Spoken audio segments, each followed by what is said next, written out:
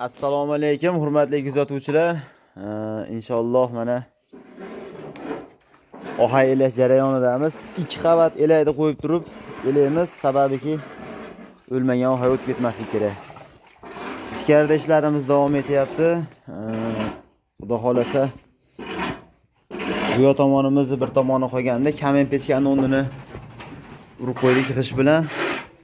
Diagonalda chiqarib, mana ko'rib turibsizlar. Loyiydigan xonasi mana kamida 6 sm bor. Bu tomonimizda esa 90 gradus sotib qo'yganmiz. Lazer yordamida.